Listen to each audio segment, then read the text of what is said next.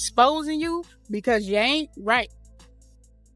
You ain't right sitting up there with millions in the bank and won't even look out for the family. You could buy land and tell the family, look, this is our land. We're going to build businesses on it. We could build houses, homes on it, whatever y'all want to do with it, and generate money that way.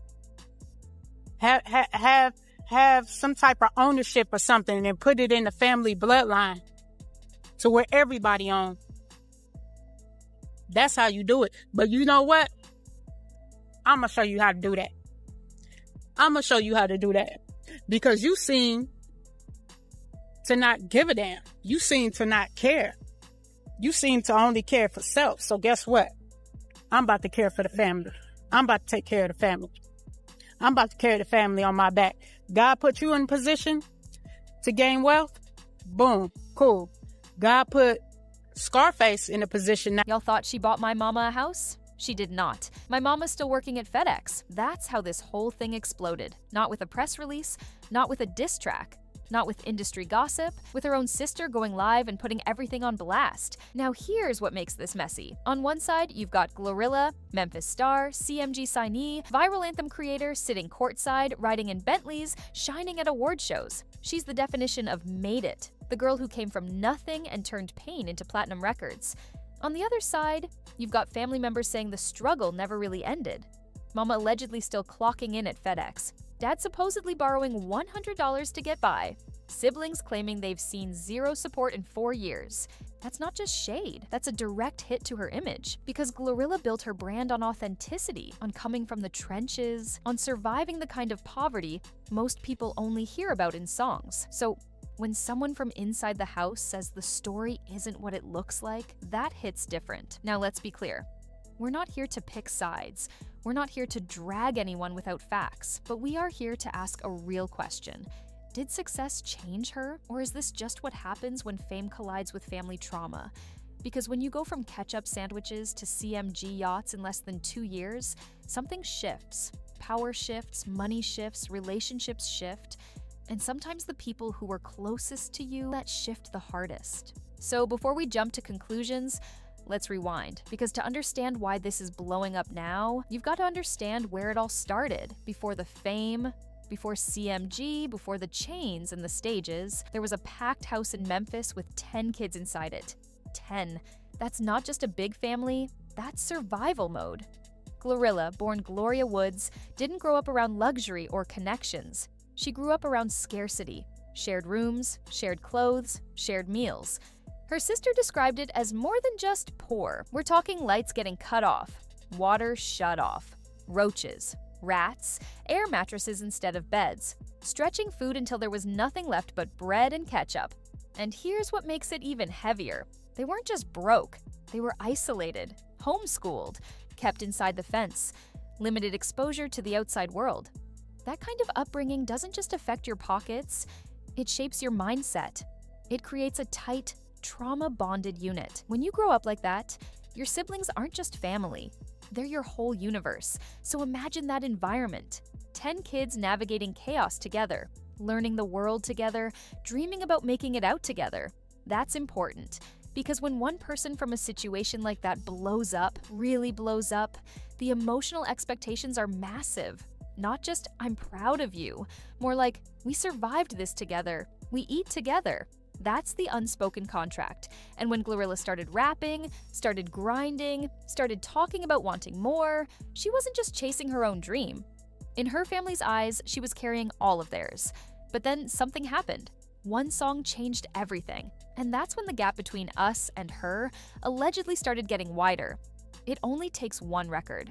For GloRilla, that record was FNF, Let's Go, in 2022. Before that, she was working regular jobs, fast food shifts, trying to balance real life with studio time, grinding in Memphis like thousands of other artists hoping for a moment. Then the moment came. FNF didn't just get plays, it exploded. TikTok challenges, club rotations, radio spins, the energy felt raw and different. Memphis flavor, loud confidence, unfiltered attitude, it felt real, and people connected to that instantly. The buzz got so big that Yo Gotti took notice. Not just a repost, not just a co-sign. He signed her to CMG Records. On a yacht, industry stamp, official, and just like that, everything shifted. When you sign to a major label, your world changes fast. You're not just an artist anymore, you're an investment. Money starts moving, teams get built, stylists, publicists, marketing budgets, tour setups, brand deals, appearances, from struggling in Memphis to sitting front row at award shows within a year. That kind of rise isn't gradual, it's explosive. And when your income multiplies overnight, so does the pressure from every direction. Family, friends, old acquaintances, everyone sees the glow up. Everyone assumes the money is endless. But here's the key thing. Success doesn't just bring wealth. It brings distance, new circles, new cities, new responsibilities, new lifestyle. And sometimes, that distance feels like abandonment to the people back home. Because while GloRilla's world was expanding, her family's reality reportedly stayed the same.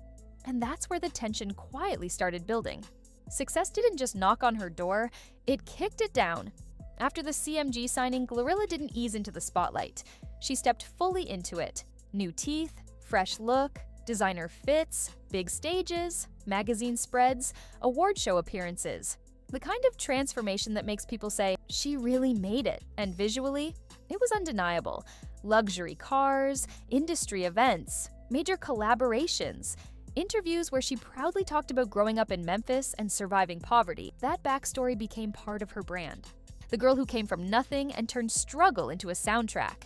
Fans loved that narrative. But while the public saw glow up after glow up, her sister was watching something else. She was watching the same house, the same bills, the same stress.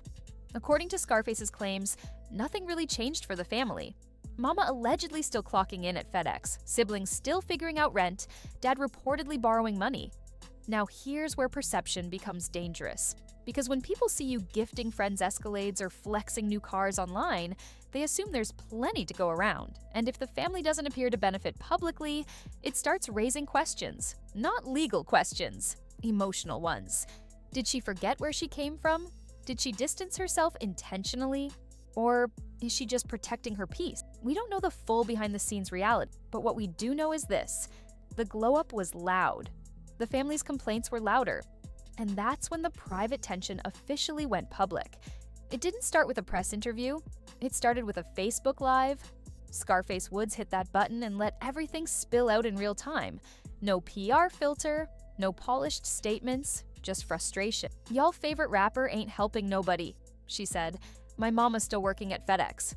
She did not buy her no house. And just like that, the internet froze. Because when criticism comes from blogs, fans ignore it. When it comes from blood, it hits different. Scarface wasn't vague either. She accused GloRilla of blocking their own mother, claimed she had to help cover a $2,400 rent payment herself, said the retired parents' narrative wasn't real, even alleged their father had to borrow $100 just to get by. Those aren't soft claims. Those are detailed ones. And what made it even more explosive was the emotion. This didn't sound like clout chasing. It sounded like resentment that had been building for years finally breaking the surface. She wasn't just talking about money. She was talking about loyalty, about struggle shared, about watching someone you grew up with level up while you're still fighting the same battles. Now, here's the tricky part.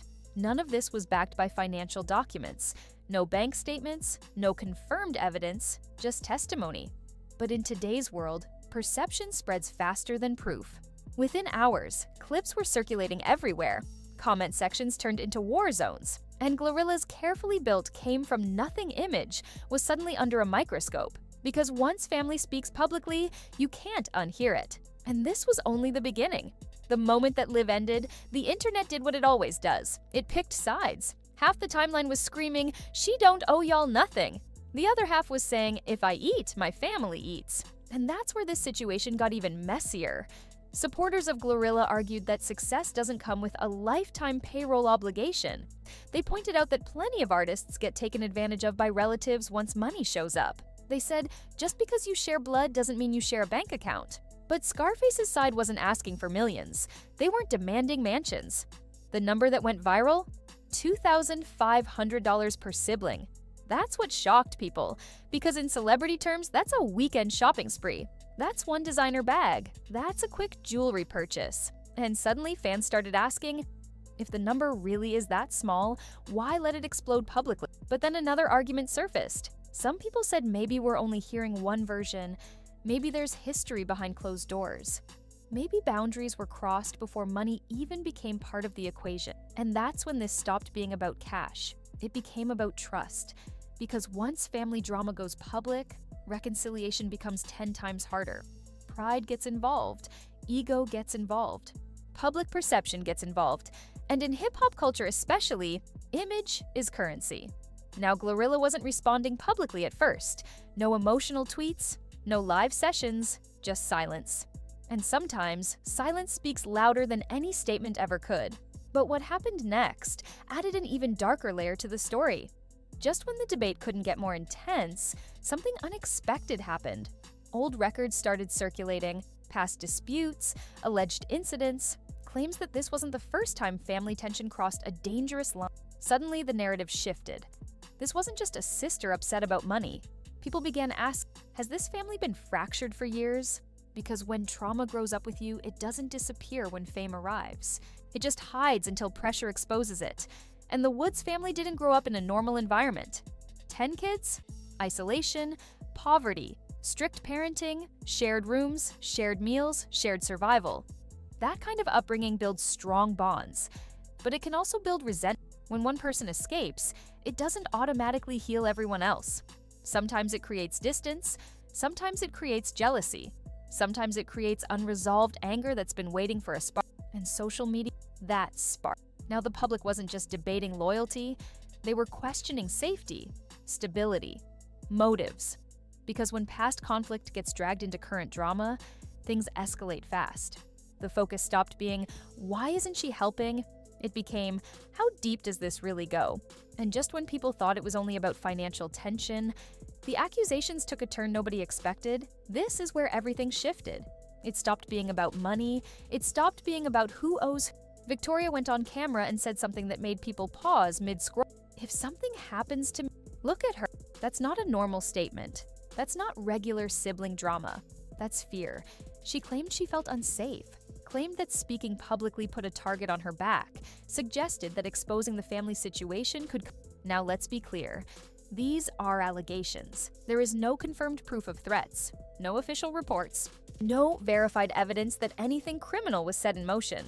But perception doesn't wait for proof. The moment those words hit the timeline, the tone changed. What started as financial frustration turned into conspiracy theories, Memphis politics, industry whispers, dark speculation. And in hip-hop culture, once the word danger enters the conversation, it spreads fast. Some people dismissed it as emotional exaggeration. Others said trauma can make someone genuinely afraid, even if the threat isn't confirmed. But here's what made it stick. Victoria didn't sound like she was chasing clout in that moment.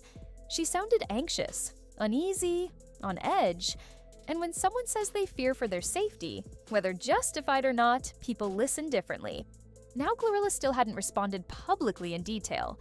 And silence during serious accusations? It fuels even more conversation. Because when no one clarifies the truth, the internet writes its own version. At this point, the drama wasn't just about two sisters anymore. It became a conversation about hip-hop itself. Because let's be honest, in this culture, I came from nothing is powerful branding. It builds loyalty, it builds connection, it makes fans root for you hard. GloRilla's rise wasn't just talent, it was story, Memphis, struggle, 10 siblings, poverty, hunger, survival.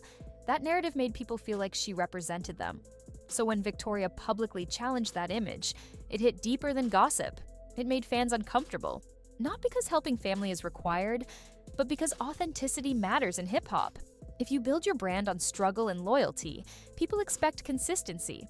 And that's where the debate intensified. Some argued that success means protecting your peace. Maybe cutting off toxic relatives is necessary. Maybe boundaries are healthy. Others said there's a difference between boundaries and abandonment. And that's the tension. This situation exposed how complicated making it out really is. Poverty bonds families tightly, but fame stretches them apart. Trauma doesn't vanish when money arrives. It just gets loud. Now, every interview GloRilla ever did about struggle is being replayed. Every line about family is being re-examined. Because when family speaks publicly, fans start looking for cracks in the story. And whether the accusations are exaggerated or not, one thing is clear: the image isn't untouchable anymore. And once doubt enters the conversation, it's hard to erase. Here's the part that made everything even louder. GloRilla didn't immediately jump online to defend herself. No emotional live stream, no long Twitter thread, no direct clapback, just. And in today's culture, silence is never neutral. Some fans saw it as maturity. They argued that responding would only feed the drama, that real bosses move in silence and handle family issues privately. But others saw it differently. They said if the accusations weren't true, why not clear it up? Why not protect your name immediately? Especially when the claims involve your own mother still working and your sister feeling unsafe. Because here's the reality: when you build your brand on transparency and struggle, people expect transparency when that story gets challenged. And the longer the silence lasted, the more the narrative grew without her voice in it. Clips from the Facebook Live kept circulating. Old interviews resurfaced. Fans began analyzing everything: body language, past comments, who she still follows, who she doesn't. It became detective season. Now, to be fair, celebrities don't owe the internet access to their private family dynamics. And sometimes staying quiet is the smartest move legally and professionally. But perception doesn't care about strategy. To some, her silence felt strategic. To others, it felt. And when family drama is public, cold looks louder than. Which leads to the final question everyone. What happens? At its core, this isn't just about GloRilla and her sister. It's about what happens when survival bonds turn into success. 10 kids grow up sharing struggle. One makes. That alone changes the. Not because the others failed, but because the power balance shifts over. Money creates distance. Fame creates isolation. And trauma doesn't magically disappear just because a record deal. If Victoria feels abandoned, that pain is real. If GloRilla feels overwhelmed or pressured, that stress is real. Two truths can exist at once. But here's the bigger issue. When family conflict becomes content, it stops being private healing and starts becoming public entertainment. Every word gets clipped, every accusation gets amplified, and the internet turns into judge and jury without full context. Now careers are involved, brand deals are involved, reputation is involved. This situation forces a tough question. Is financial help the same thing as loyalty? Or is loyalty more complicated than a dollar amount? Because sometimes helping financially doesn't fix emotional. And sometimes cutting off family is about survival, not selfish. We don't know every detail behind closed, but we do know when success meets unresolved family, things explode. And once that explosion happens publicly, there's no going back to normal. Here's what people aren't saying loud enough. Whether the accusations are true, exaggerated, or somewhere in the middle, the damage to perception is done. GloRilla built her rise on relatability, Memphis grit, struggle, sisterhood, loyalty, that raw, we made it together energy. Now that image is under a microscope, because once fans start questioning authenticity, it changes how they hear the music. Every lyric about family hits differently. Every interview about hardship feels double-checked. And that's dangerous territory for any artist. Not legally, not physically, brand-wise. In today's culture, image is currency. And once doubt creeps in, it spreads fast. You can't fully control how people interpret silence. You can't fully control how they interpret a sibling speaking publicly. Some fans will stand by her no matter. Others are already pulling back emotionally. And that's the quiet consequence of public family drama. Not just headlines, not just comment wars, but subtle shifts in how the audience feels. And in entertainment, feeling is everything. Now, the real question isn't just about who's right, it's whether this story fades quietly or reshapes her narrative permanently. At this point, this isn't just a viral moment, it's a crossroads. There are only a few ways this. 1. Silence continues. The story slowly fades. Fans move on to the next headline. Time smooths the edges, and both sisters live separately without ever publicly addressing it. Another path? A statement drops. Not emotional, not defensive, just controlled. Clarifying boundaries, explaining context, reclaiming the narrative before speculation becomes permanent. And then there's the third path. Escalation. More lives, more receipts, more allegations. That's the route that turns family tension into something permanent and ugly.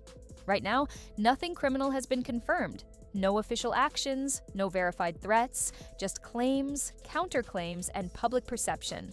But perception shapes legacy. The real question isn't just whether she helped her family, it's whether she can protect her image without looking detached, whether Victoria can express hurt without turning it into destruction. Because once family drama becomes content, it stops being repairable. And in hip-hop especially, reputation doesn't just follow you, it defines you. At the end of the day, this whole situation hits different because it's bigger than gossip. It's about loyalty, trauma, money, and what really happens when someone makes it out while everyone else is still fighting to survive. We don't know every detail. We're not inside their house. We're only seeing what's being shown publicly.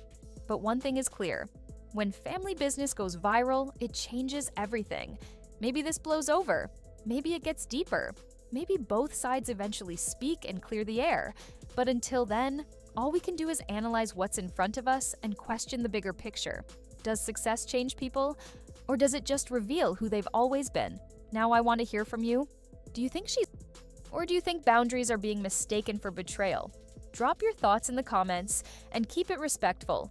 These are real people with real lives behind the headlines.